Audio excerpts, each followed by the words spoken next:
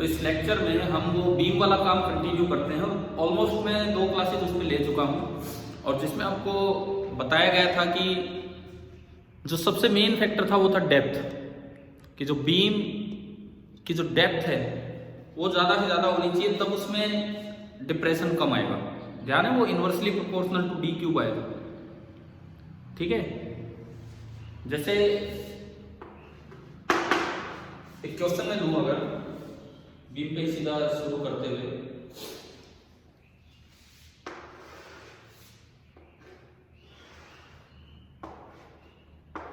एक कोई बीम है इसी तरह की, उसकी डेप्थ है डी, लेंथ है चाहे कैपिटल एल मान लो चाहे स्मॉल एल, ब्रेड्थ है डी, ये है।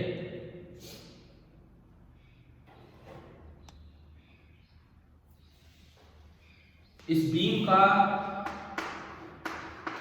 जो वेट है, वेट दैट इज डब्ल्यू, और बिल्कुल इसके सेंटर से एक और लोड अटैच कर रखा है दैट इज W1, ये टू द सेंटर अटैच किया है। सवाल ये है कि find del C, deflection at the centre, depression at the centre आपको बताना है कि कितना होगा।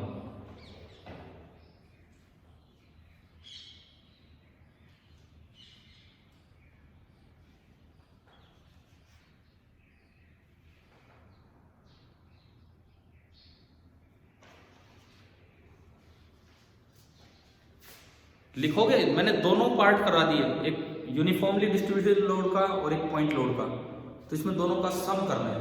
तो बताओ डिफ्लेक्शन कितना होगा। यंग मॉडुलस इसका y मान लो, इस मटेरियल का यंग मॉडुलस y है, तो डायरेक्ट आंसर ही लिखा जाएगा, डायरेक्ट आंसर। सबसे पहले तो पॉइंट लोड की वजह से बताओ, सेंटर पे जो पॉइंट लोड लगाया है उसकी वजह से कितना डिप्रेशन होगा। भूल गए क्या, बताओ, कोई जवाब ही नहीं आ पा रहा है। Point load at the centre की वजह से डिप्रेशन कितना होगा। अरे यार देखो, कमाल की बात है, आप जवाब नहीं दे पा रहे हो। क्या हमने ये पढ़ा था कि नहीं?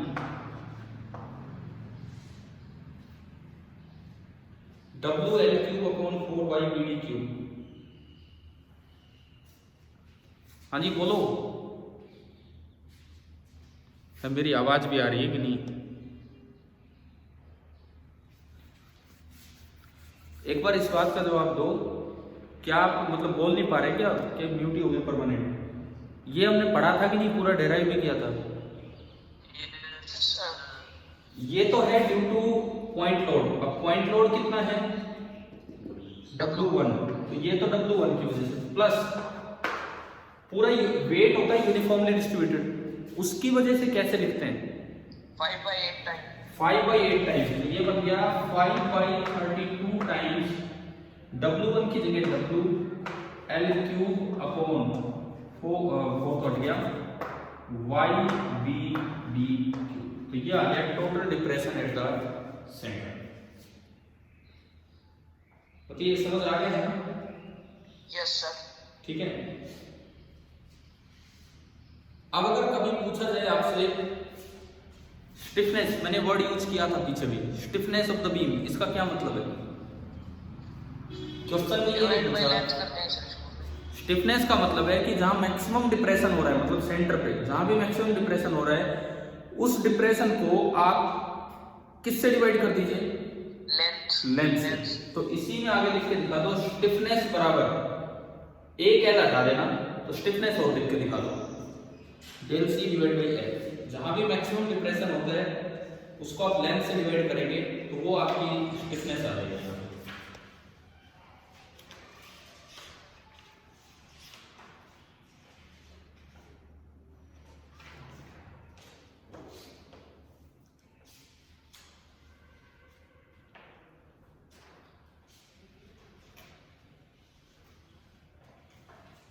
चलिए भाई आगे बढ़े। ठीक है, Yes, sir. हम फिनिश कर रहे हैं इस चैप्टर को आज। उसके बाद मैंने कहा कि सवाल 2 जगह से आपको कर देने हैं और उनका डिस्कशन होगा, फिर हम आगे बढ़ेंगे। ठीक है, तो ये जो आजकल जो चल रहे हैं ना, दीज आर द, अब आपकी बुक में एक इकट्ठा टॉपिक है applications of elastic behaviour of solid. मैंने उस पर कभी वो ट्विस्टिंग करवा दिया कि होलो पाइप अच्छे होते हैं कि सॉलिड पाइप, होलो बोलो सर। है ना, वो उसी में है। दूसरी बात, मैंने बेंडिंग ऑफ बीम करवाया, लगभग एक पैराग्राफ पूरा बेंडिंग ऑफ बीम्स पे है। ठीक है, तो नेक्स्ट हेडिंग, अगली हेडिंग आप डालिए, maximum height of mountain on earth.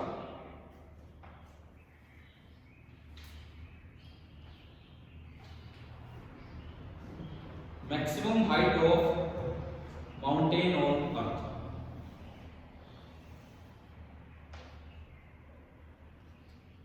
कैसे निकाले आप सुनो। वैसे माउंट एवरेस्ट की हाइट पता है आपको, तो सबसे ऊंची माउंटेन मानी जाती है, बताओ यार कितनी होती है, बताओ। 8848। ठीक है, क्या आगे यूनिट सेंटीमीटर, मीटर, मतलब लगभग 9 किलोमीटर के आसपास है, लगभग 9 किलोमीटर के आसपास है। इससे ऊंची कोई माउंटेन है नहीं। तो अब हम देखते हैं कि इसको यहां कैसे हम कैलकुलेट करें। तो सबसे पहले तो आप ये लिख लो कि इलास्टिक लिमिट, मैं बोल रहा हूं आप लिख लीजिए, elastic limit of a typical rope बराबर 30 × 10⁻⁷ newton per metre square. This is the elastic limit of a typical rope. दूसरी बात, average density, average density of material of mountain,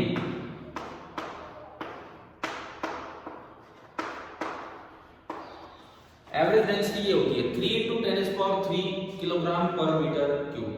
ये एवरेज डेंसिटी होती है।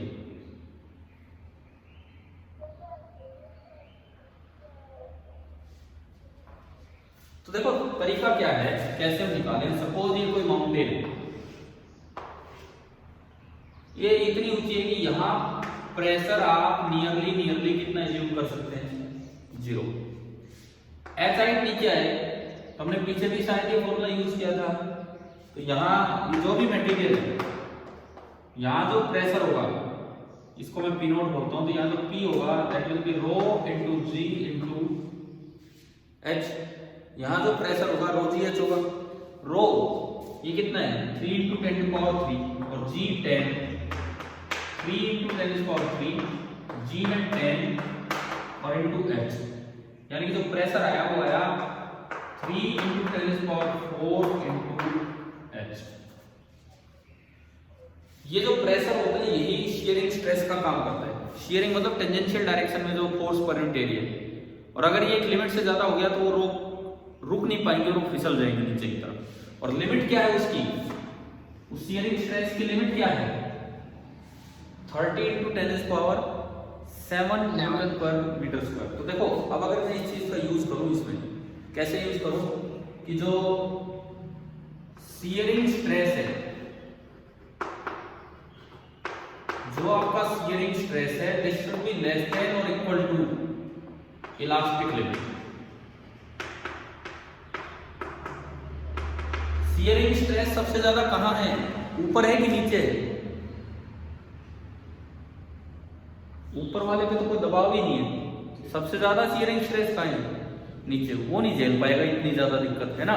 तो शियरिंग स्ट्रेस जो maximum है, shearing stress जो भी मैक्सिमम है वो लेस देन होना चाहिए इलास्टिक लिमिट से।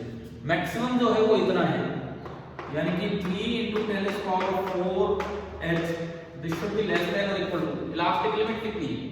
अगर मैं इसको देखूं तो 3 × 10⁸ हो गई, ऐसे लिख दो 30 × 10⁻⁷।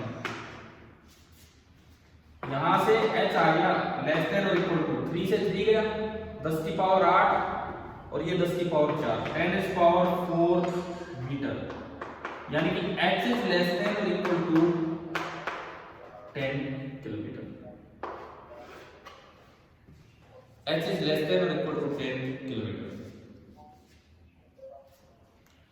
क्या धरती पे सारी माउंटेन्स इसको फॉलो कर रही हैं कि नहीं? हाईएस्ट माउंटेन कौन सी है? अभी भी हम जिक्र कर रहे थे, हाईएस्ट हाइट वाली कौन सी है? Mount Everest. उसकी हाइट भी 9 किलोमीटर तक ही है। इवन माउंट एवरेस्ट की हाइट भी इससे ज्यादा नहीं है। तो ये सारी चीजें इसको फॉलो कर रही हैं।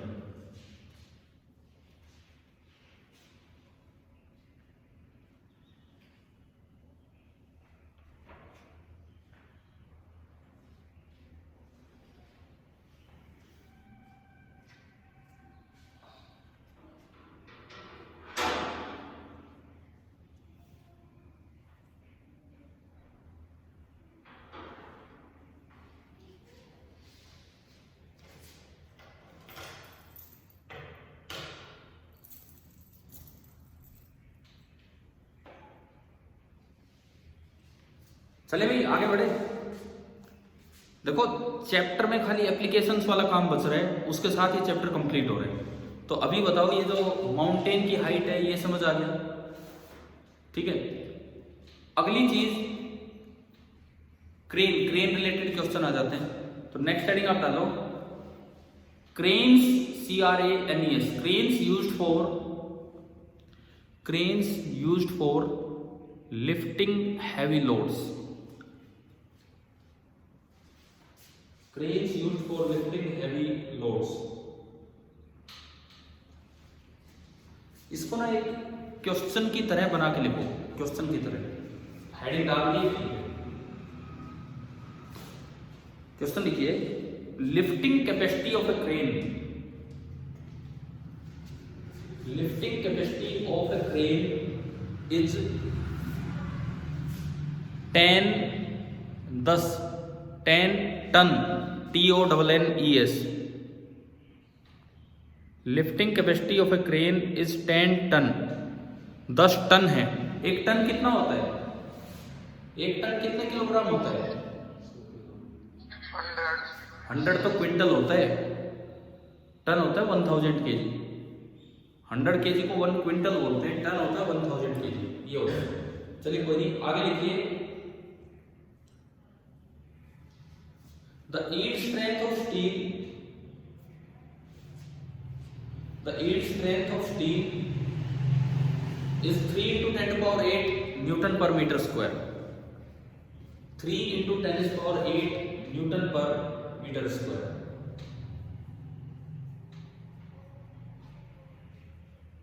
What should be the minimum radius? What should be the minimum radius of the crane wire? What should be the minimum radius of the crane wire?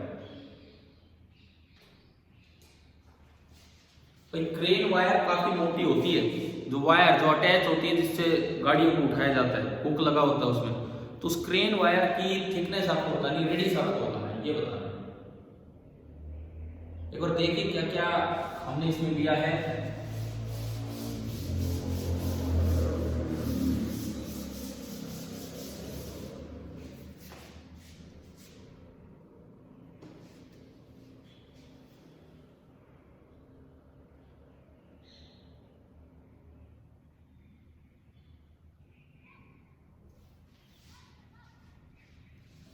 देखो शुरुआत केवल ऐसे होनी है, आपने बाहर से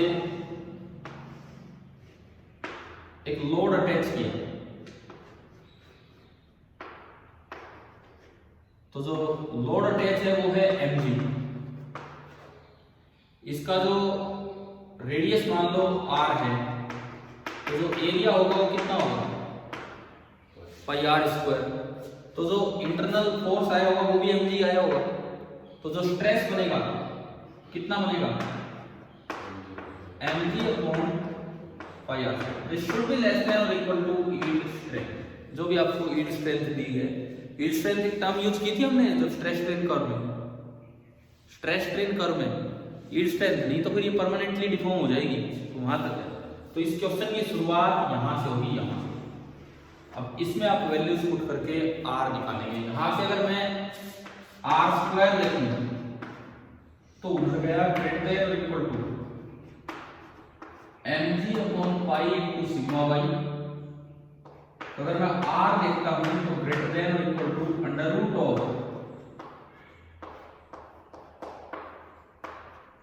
r या तो इतना हो या फिर इससे बड़ा हो। क्वेश्चन में कौन सी वैल्यू पूछी है रेडियस की? मिनिमम की मैक्सिमम? मिनिमम। और यहाँ बोल के देखो ना, r या तो इतना हो या इससे बड़ा हो, इसका मतलब मेरे पास r की मिनिमम वैल्यू आ गई। r मिनिमम आ गया मेरे पास अंडर रूट ऑफ mg/पाई सिग्मा y, ये आया r मिनिमम। लास्ट में इसमें वैल्यू पुट कर दो, नोट कीजिए यहां तक, और फिर इसमें वैल्यूज क्या आएगी।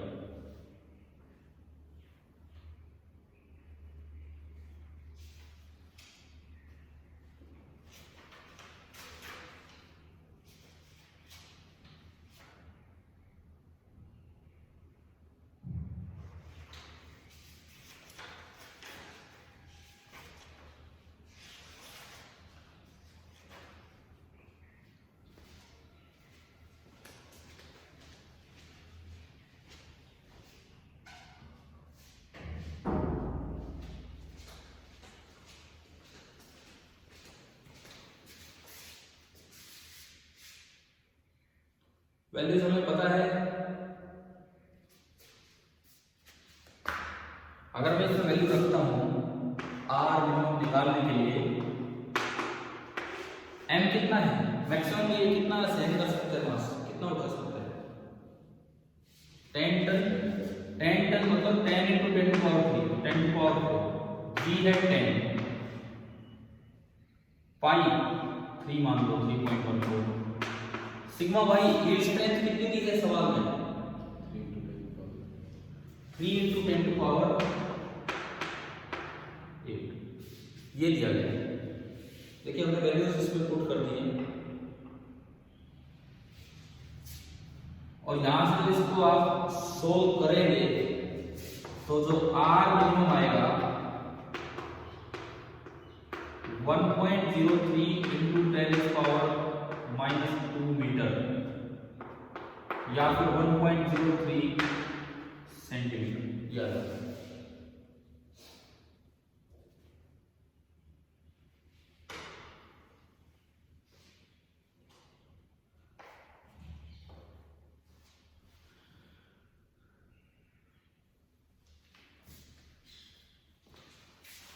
क्या क्रेन वाला पार्ट समझ आ गया?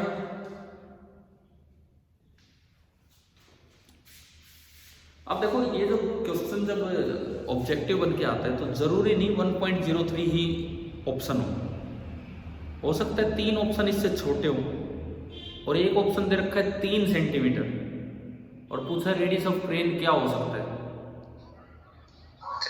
हाँ समझ गए हो, क्योंकि ना जो प्रैक्टिकल क्रेन्स होती है उसमें कुछ सेफ्टी मार्जिन होता है। भाई ये तो मिनिमम वैल्यू आ गई, लेकिन असल में प्रोटेक्शन के लिए इससे ज़्यादा ही रखते हैं, 3 सेंटीमीटर रख लेंगे, 5 रख लेंगे, कुछ सेफ्टी फैक्टर वो लेते हैं। लेकिन यहाँ एक और ज़रूरी बात जो याद रखने लायक हो ये है, ये इतनी मोटी, ये काफ़ी मोटी रेडियस है, ये 1.03 सेंटीमीटर, थोड़ा सा ज़्यादा है रेडियस क्योंकि डायमीटर उससे डबल है। इतनी मोटी अगर वायर लोगे तो वायर नहीं, वो रोड बन जाती है, स्टील की वायर। इतनी मोटी अगर मैं स्टील की वायर लूँ तो वायर थोड़ी तो रिजिड रोड बन जाएगी, मुड़ेगी नहीं, तो फिर कैसे करें बताओ? इस चीज से बचने का क्या तरीका है या बताइए। सर सबसे पतले वायर लेके उसको रोल करके। दोबारा बोलिए, क्या बोल दिया, क्या बताया?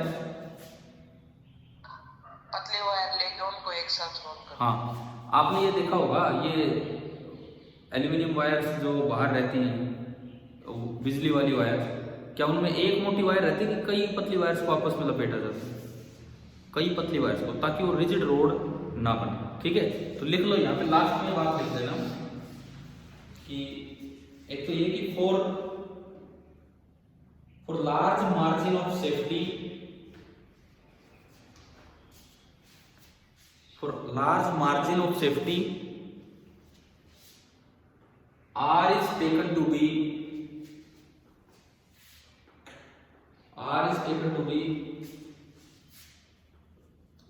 much greater than 1.03 centimetre, much greater than 1.03 centimetre, इससे काफी बड़ा लिया जाता है।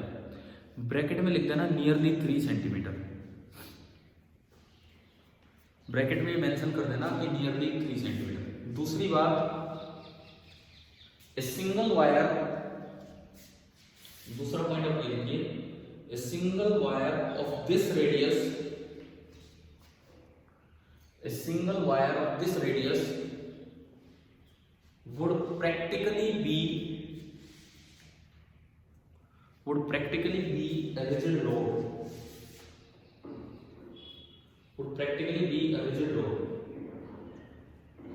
so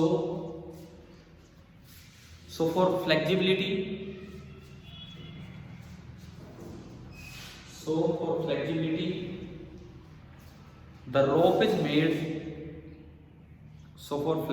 the rope is made of a number of thin wires,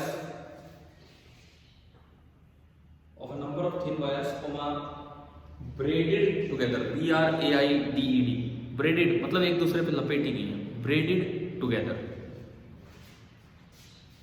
अब बताओ, ये वाली एप्लीकेशन आ गई इसमें, ठीक है।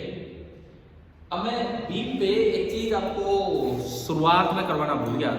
लास्ट टाइम मैंने कहा था कि बीम में एक प्रॉब्लम आती है बहुत ज्यादा डेप्थ, पिछले लेक्चर के एंड में अगर ये चीज आई हो तो, कि वैसे तो क्रॉस सेक्शन का जिक्र किया था हमने, आई शेप का क्रॉस सेक्शन होता है ना। तो एक दो सवाल वहां से क्या बनते हैं बीम के ऊपर, कोई बात नहीं, एप्लीकेशन चल रही है, इन पे क्वेश्चन चल रहे हैं। तो एक चीज तो ये सवाल लिखिए, क्वेश्चन की तरह लिखिए, what is the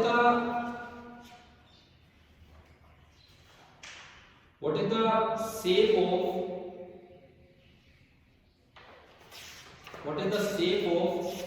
cross section,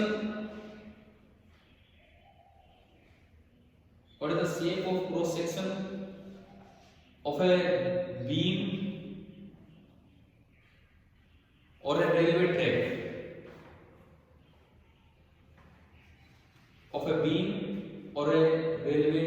track, एक बीम का या रेलवे ट्रैक भी आपने देखी हो, तो इनका जो क्रॉस सेक्शन है ना, वो सामने से नहीं कट करके आप देखोगे तो पहले तो आंसर लिख दो आई शेप, आंसर तो लिख दो आई शेप, और फिर एक बार ये बना के भी दिखाएंगे।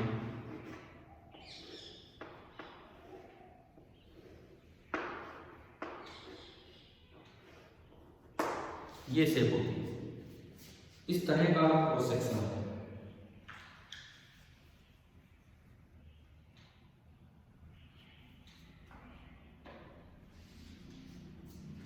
इसमें क्या क्यों मतलब ऐसा दिया गया है, हमने पढ़ा था कि जो डिप्रेशन है, that is inversely proportional to D cube, पढ़ा था ये हमने, ठीक है। टू गेट लेस डेल्टा, पहली बात डी शुड बी मोर, अगर आप डिप्रेशन कम चाहते हैं तो डी जो है वो ज्यादा होना चाहिए।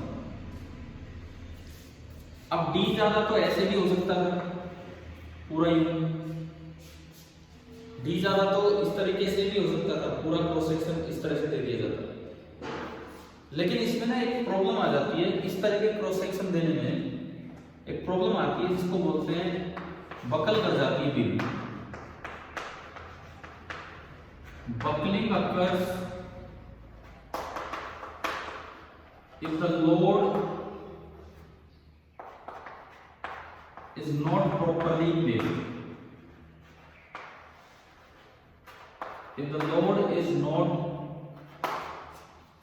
placed, बकल करना मतलब ये बीच से बेंड हो जाना। बकल करने का मतलब है कि ये जो बीम है ये बीच बीच में से बैंड कर जाती है, इसकी शेप थोड़ी चेंज हो जाती है, इस तरह से हो जाएगी। यहाँ से कहीं थोड़ा साइड में चली जाएगी, बीच में से बैंड हो जाती है। और वो जैसे ट्रेन है, ट्रेन, तो अगर उसकी ट्रेन ऊपर से जा रही है और वो पटरी बीच से यूं होगी, तो क्या वो सही है वो चलना? उसमें बड़ा रिस्की काम होगा।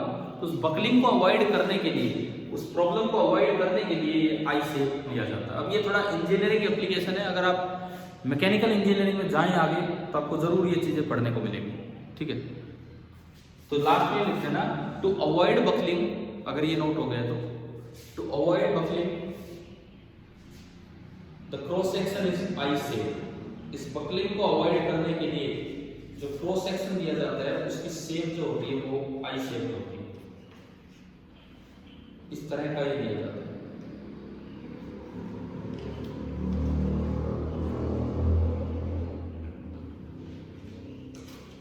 अब एक बार आप अपनी एनसीईआरटी टेक्स्ट बुक निकालिए, एनसीईआरटी बुक खोलिए, जहां ये चैप्टर है वहां पे चलिए।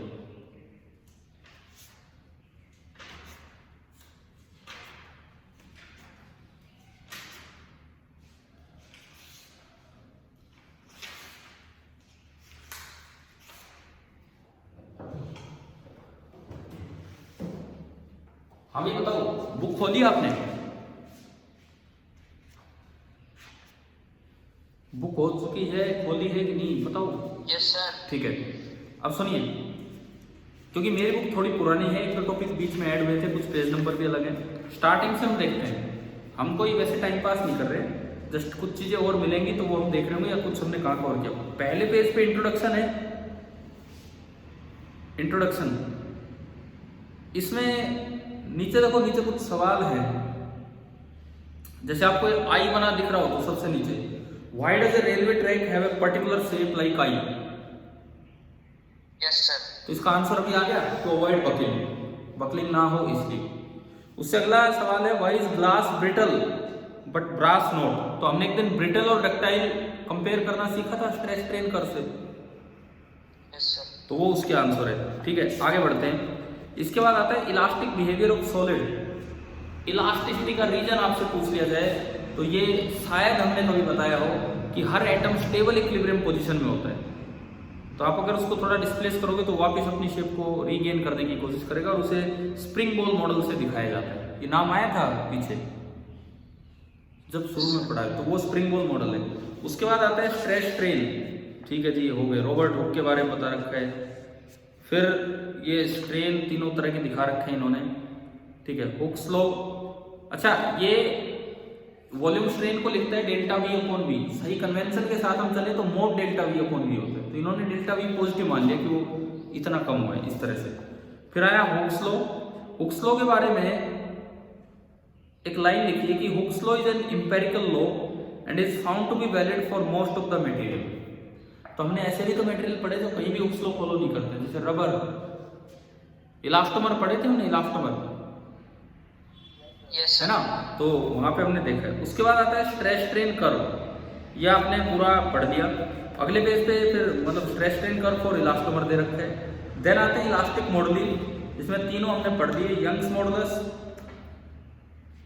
यंग्स मॉडुलस, अब इसमें भाई सोल्ड एग्जांपल आपको ट्राई करने हैं, अच्छे सोल्ड एग्जांपल है 9.1, 9.2, 9.3। आज का ये काम है, आज आप ये काम पूरा करेंगे। उसके बाद आता है determination of young modulus of material of a wire. क्या हमने पढ़ा था मटेरियल ऑफ वायर का यंग मॉडुलस कैसे डिटरमाइन करते हैं लैब में, स्ट्रेस स्ट्रेन मेजर करके करवाए थे ये भी, ठीक है। देन आपका आता है बल्क मॉडुलस, ना shear modulus, then bulk modulus. इन्होंने शियर मॉडुलस को सिंबल जी दिया है, हम ईटा भी दे रहे थे, दोनों थे। देन आया बल्क मॉडुलस। अच्छा उसके बाद एक ये टेबल सी है, आप ये देखना, stress strain and various elastic modelling इकट्ठे करके दे रखे हैं, है ना आपकी बुक में भी टेबल, ठीक है। अब देखो मुझे बताओ, शायद नई बुक में एक दो टॉपिक ऐड हुए थे, क्या इसके बाद पॉइसन्स रेशियो वाला काम है आपकी बुक में? Yes sir. अब मेरी बुक में तो नहीं है, कोई नहीं, लेकिन वो हमने पढ़ लिया। पॉइजन रेशियो जो है, पॉइजन रेशियो बोलना चाहिए उसे, पढ़ लिया वो, ठीक है। पॉइजन रेशियो के अलावा शायद मुझे लगता है और तो कोई नया टॉपिक ऐड हुआ नहीं होगा। या और भी कुछ ऐड हुआ है? अच्छा, एक वो हो सकता है एनर्जी वाला टॉपिक ऐड हुआ है कि half into stress into strain या elastic potential energy. Yes sir. ठीक है, ये इस किताब में नहीं है, तो ये कुछ 1-2 साल पहले ऐड हुए। लेकिन क्या आपने वो टॉपिक भी अपने कवर कर लिए हैं कि नहीं? एनर्जी वाले भी और ये पॉइजन रेशियो वाले भी, बस 2 ही तो टॉपिक होंगे। और उसके बाद तो आ जाता है applications of elastic behaviour of material. Yes sir. इसके अलावा कोई और टॉपिक है तो बताओ बुक के अंदर। नहीं है, ठीक है। एप्लीकेशंस ऑफ, मैं इसलिए पूछ रहा हूँ कि 2 टॉपिक तो मुझे याद है जो नई बुक में नए ऐड हुए हैं, पॉइजन रेशियो एंड वो एनर्जी वाला। क्या इसके अलावा कोई तीसरा टॉपिक है किताब में जो बीच में ऐड हुआ होगा? नहीं है सर। नहीं है, ठीक है। एप्लीकेशंस ऑफ इलास्टिक बिहेवियर, इसमें देखो एप्लीकेशंस ऑफ इलास्टिक बिहेवियर में पहले में तो इंट्रोडक्शन सा है, दूसरे में क्रेन वाला है। क्या क्रेन वाला अभी कर लिया हमने? क्रेन का रेडियस कैसे निकालते हैं, ठीक है, ये हो गया पूरा। उसके बाद ब्रिज वाला है, बीम के ऊपर पूरी 1-2 लेक्चर ले लिए, कैसे डेविएशन निकालते हैं वेट की वजह से, पॉइंट लोड की वजह से, ये सब भी हो गया आपका। उसके बाद बकल वाला, ये नीचे बकलिंग वाली प्रॉब्लम दिखा रखी है, यूज ऑफ पिलर्स। और सबसे लास्ट में है माउंटेन वाला। माउंटेन की हाइट इन्होंने निकाल रखी है 10 किलोमीटर, लास्ट में लिखता है ये 10 किलोमीटर माउंट एवरेस्ट की हाइट से भी ज्यादा है, मतलब माउंट एवरेस्ट भी इस चीज को फॉलो कर रही है। तो आप बताओ क्या ये चैप्टर पूरा समझ आ गया है यहां तक? Yes sir. ठीक है, अब सुनिए, इस चैप्टर में कुछ चीजें ऐसी हैं जो फ्लूइड्स की यूज होती हैं, कुछ चीजें ऐसी हैं जो फ्लूइड वाला ही अभी यूज हो रहा है, रोजीएच जो पीछे हमने टॉपिक किया था। कुछ चीजें ऐसी हैं जो थर्मल प्रॉपर्टी जो मैटर की यूज हुई है, MC डेल्टा T पढ़ा था हमने। ये नहीं यूज किया तो ये यूज किया होगा कि अल्फा, अगर थर्मल एक्सपेंशन का कोएफिशिएंट है तो alpha into L into delta T, पढ़ लिए ना ये चीजें भी, ठीक है। कुछ चीजें ऐसी है जो SHM की यूज होती है, जैसे टॉर्जनल पेंडुलम आ गया, ठीक है। क्या मैंने आपको ये पढ़ाया है कि स्प्रिंग की बजाय अगर वायर से अटैच करके SHM करवाया जाए तो उसका टाइम पीरियड कैसे लिखते हैं? स्प्रिंग की बजाय, स्प्रिंग में टाइम पीरियड का फॉर्मूला क्या होता है? 2π√m/k। कुछ ऐसा बताया है या नहीं बताया ऐसा कुछ पॉइंट? Yes sir. नहीं तो मैं एक क्वेश्चन ले लूँ फिर उस पर। देखो, अगर एक चीज मैं बता देता हूँ आपको यहाँ पे क्या है, एक क्वेश्चन की तरह आप लिखिए,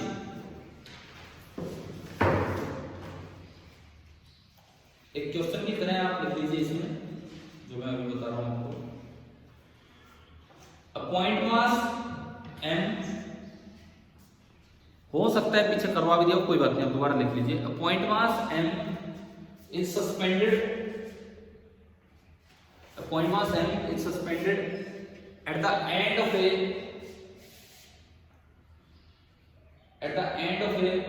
light wire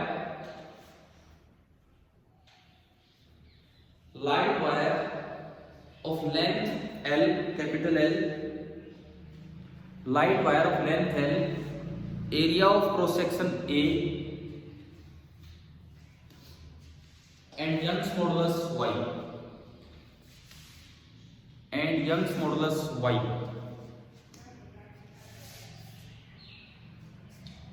Find the frequency of oscillation for SHM along vertical line. Find the frequency of oscillation for SHM along vertical line. Vertical line के अलोंग अगर आप SHM करवाते हो तो उसकी जो ऑसिलेशन की फ्रीक्वेंसी होगी वो क्या होगी, ये हमें पता चलता है।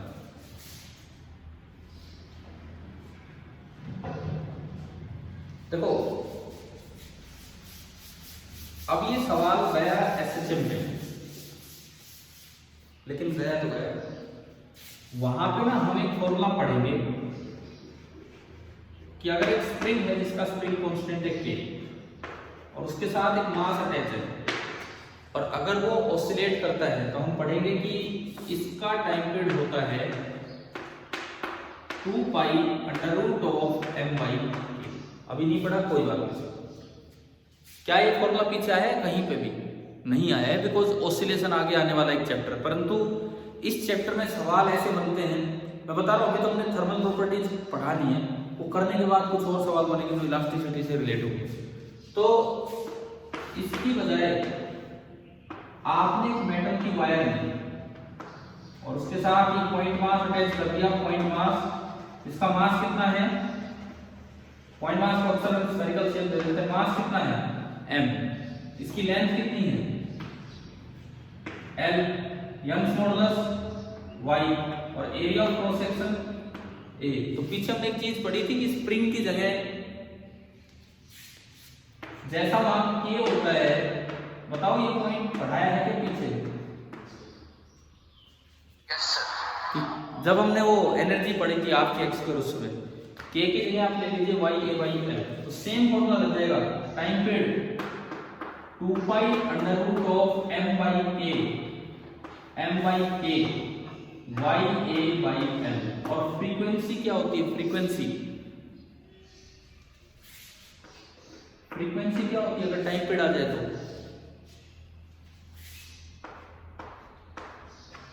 फ्रीक्वेंसी क्या होती है बोलते नहीं आप, 1 अपॉन टाइम पीरियड। पता है ना ये हमें?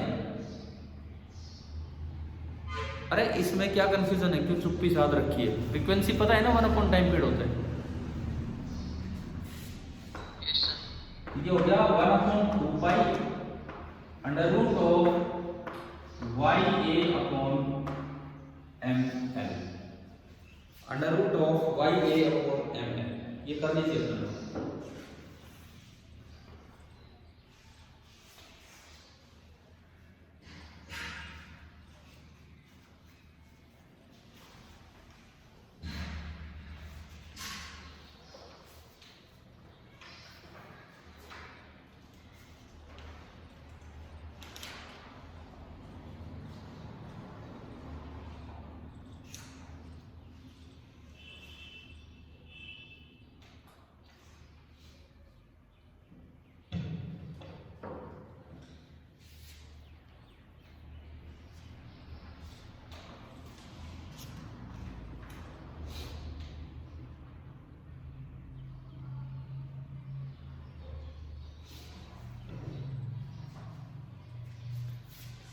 हो गया?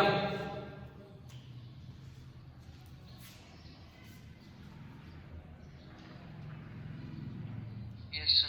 अब देखिए मैकेनिक्स का कोई भी क्वेश्चन इलास्टिसिटी में बनाया जा सकता है, कोई भी सवाल, कोई भी न्यूटन्स लॉ का कोई भी सवाल, फ्रिक्शन का कोई भी, हमने पीछे नहीं किए, एक बार रफ रोड पे, एक बार प्लेन पे, कोई भी सवाल। जैसे मान लो एटवुड मशीन है, क्या हमने एटवुड मशीन सीख रखा है पहले न्यूटन्स लॉ के टाइम? एक्सेलरेशन भी निकालना सीख रखा है, m1 minus m2 upon m1 plus m2 into g. Tension भी निकालनी सीख रखी है, 2m1 m2 upon m1 plus m2 into जी, पढ़ा हुआ है। अब उस पे किस तरह से इलास्टिसिटी में कन्वर्ट करके क्वेश्चन दे सकते हैं वो देखो आप।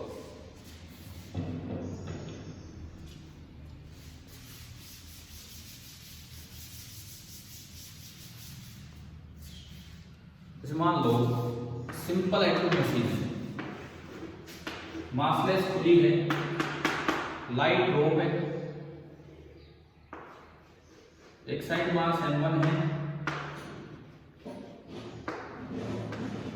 m1 ज्यादा है, m2 कम है, तो ये ऐसे चलने लगे। डायग्राम बना लो m1 m2 इस तरह से।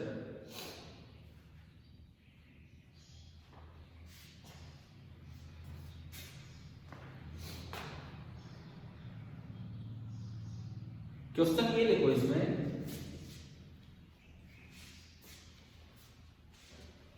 इफ द ब्रेकिंग स्ट्रेस, जिसको अल्टीमेट टेंसाइल स्ट्रेस भी बोलते थे, if the breaking stress of the wire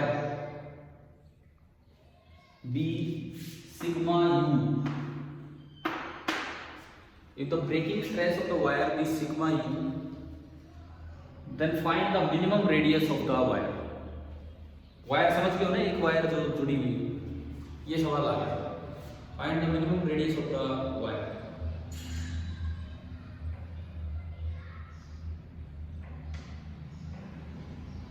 कीजिए जैसे अभी पीछे हमने पढ़ा था, एक जगह किया ऐसा सवाल वैसे कराइए।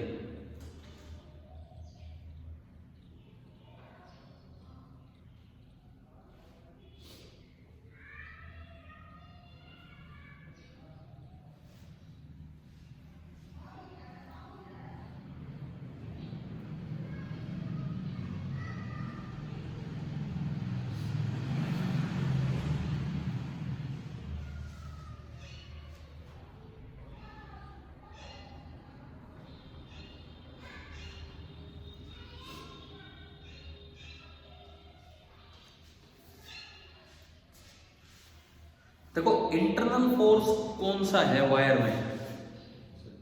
टेंशन। इंटरनल फोर्स है टेंशन। तो क्या एफ इंटरनल लिखना मेरे लिए बहुत आसान नहीं है? इसमें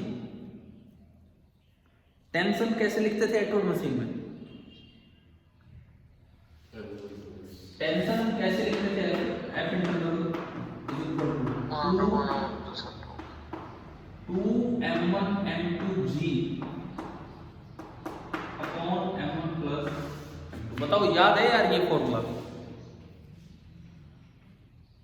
नहीं याद हो तो भाई न्यूटन लॉ लगा लो 2 बार और तो क्या है ना? ये आपका फॉर्मूला था। इससे आपने लिखा stress F internal upon area, और एरिया को आप क्या लिख सकते हैं? अभी अभी किया था एक ऐसा सवाल क्रेन वाला। और लास्ट में ये करना है कि ब्रेक ना हो, उसके लिए sigma must be less than और इक्वल टू सिग्मा यू। तो मैंने इसमें वैल्यूज रखी sigma F internal upon pi R square, this must be less than और equal to sigma you.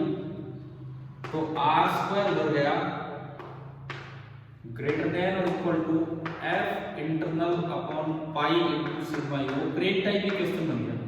Are या तो इतना हो या इससे बड़ा हो, तो जो आर की मिनिमम वैल्यू आ रही है, आर की minimum value under root F internal 2m1 m2 g upon m1 plus m2, और इसके अलावा पाई और सिग्मा, ये इसका आंसर होगा।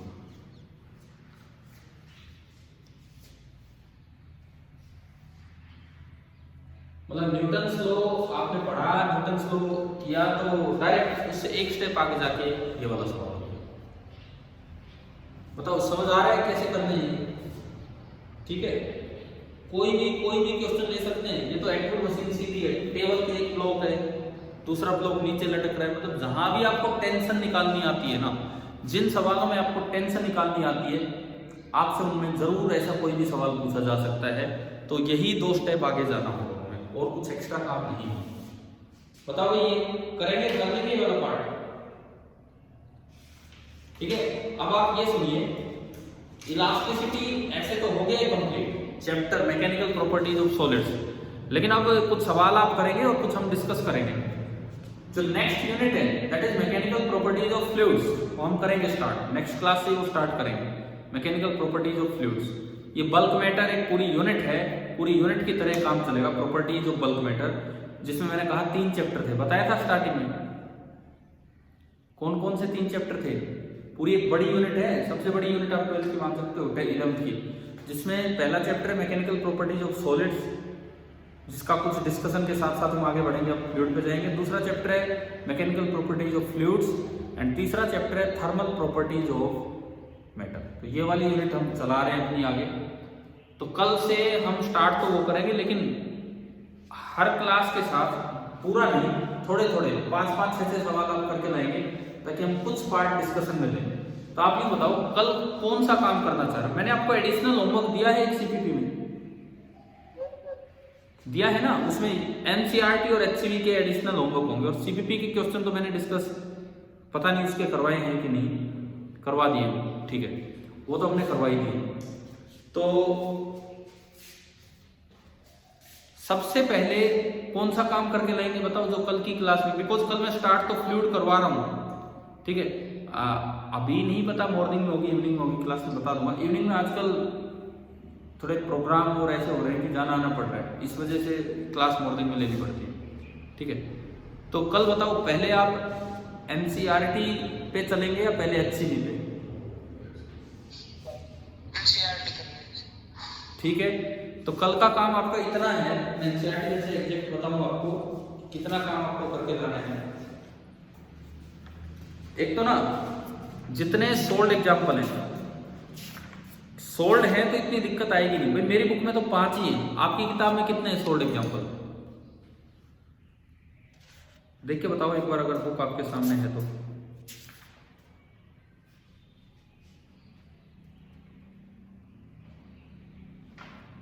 बताओ बताओ जल्दी बोलो। 5 ही है सर। 5 ही। और अब एक्सरसाइज पे चलो। क्या 5वां सवाल वो है जिसमें ऊपर स्टील नीचे ब्रास और एक ब्लॉक के साथ एक ब्लॉक लटका रखा है?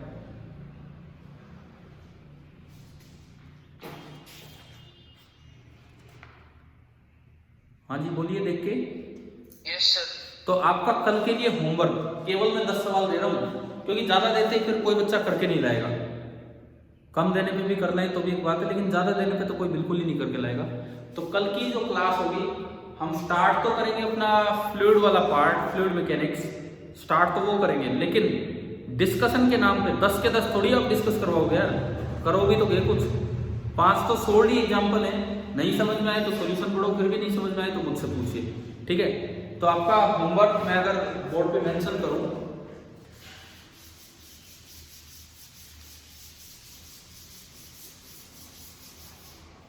कल की क्लास का काम यह है कि चैप्टर कौन सा 9 है, हाँ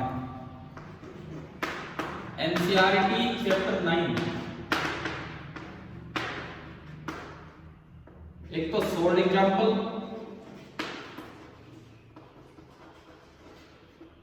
1 to 5 है,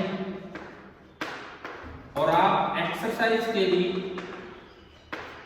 पहले 5 सवाल 10 सवाल ये करके रखेंगे, फिर हम प्रॉपर्टीज ऑफ बल्क मैटर के सेकंड पार्ट को स्टार्ट कर देंगे। लेकिन पहले ये डिस्कस होंगे, केवल 10। मैं यूं 2-4 क्लासेज में या एक सप्ताह लग जाए कर करके हम ये डिस्कशन अपना पूरा करेंगे, ठीक है। और फिर हम कल से एक अगला चैप्टर स्टार्ट कर रहे होंगे फ्लूइड, उसमें भी एनसीईआरटी और एचसीवी ये 2 काम पूरा करने की कोशिश करेंगे। इलास्टिसिटी बीच बीच में चलता रहेगा, क्वेश्चंस के थ्रू रिवीजन होता रहेगा, ठीक है भाई। आगे हम यस सर। कल पढ़ते हैं, टाइमिंग आपको बता दी जाएगी। थैंक यू सर अगला एग्जाम कब है? अगला एग्जाम आपको पता होगा, हमें नहीं पता है यार।